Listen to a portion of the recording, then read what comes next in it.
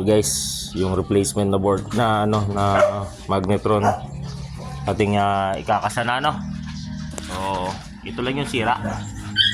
So ikakabit na natin. Ang pagkakabit naman niya madali lang. So ipasok mo lang yon, make sure na nakapasok siya ng ayos doon sa butas, and then ito may kanal yan So make sure natin na nakapasok siya ng ayos Yan. Sipan.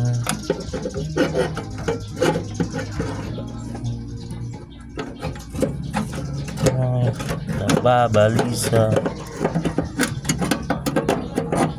Puso ko. Yan, isangit mo lang po. Ayan, yung makikita nyo to. Ayan pasok nyo lang siya dyan. Yan yung ilaw, ingatan nyo sa pagbabalik baka mabasag. So yan, nakakabit na. Tutornilyohan na lang natin. So check nyo kung kapit na kapit, hindi pwedeng naka-loose. Tapos yun, may tornilyo doon, babalik na yung tornilyo.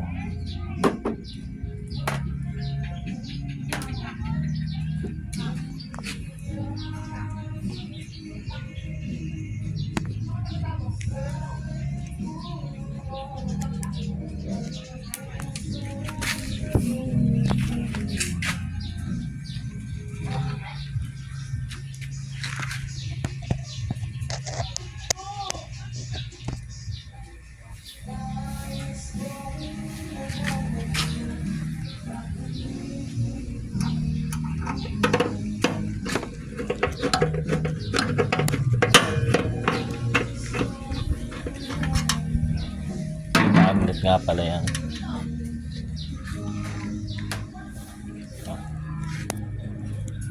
Ito natin, ito yung tornilyo niyan talaga.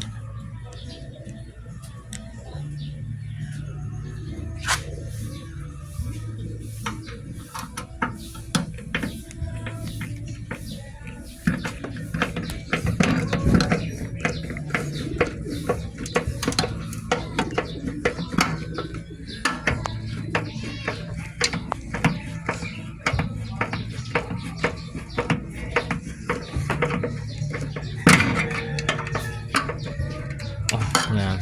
So, balik na natin magnetron. Tapos ito, babalik na rin natin sa ilaw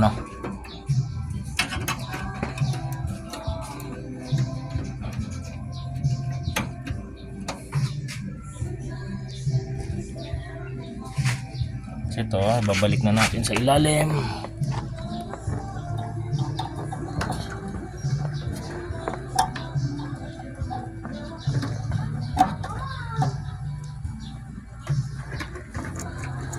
Ito, balik na rin sa ilalim.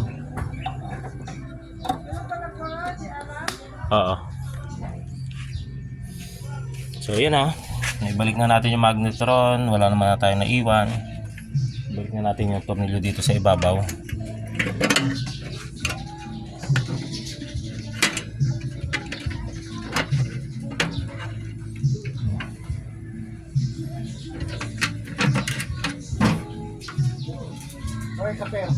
Sige daw. Okay na. So ito.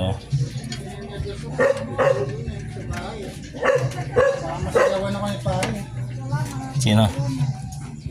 Sila?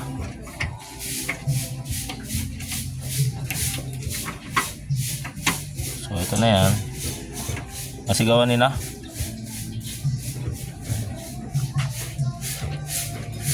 Kaya ako ng mag-break kaya tayo sa electric.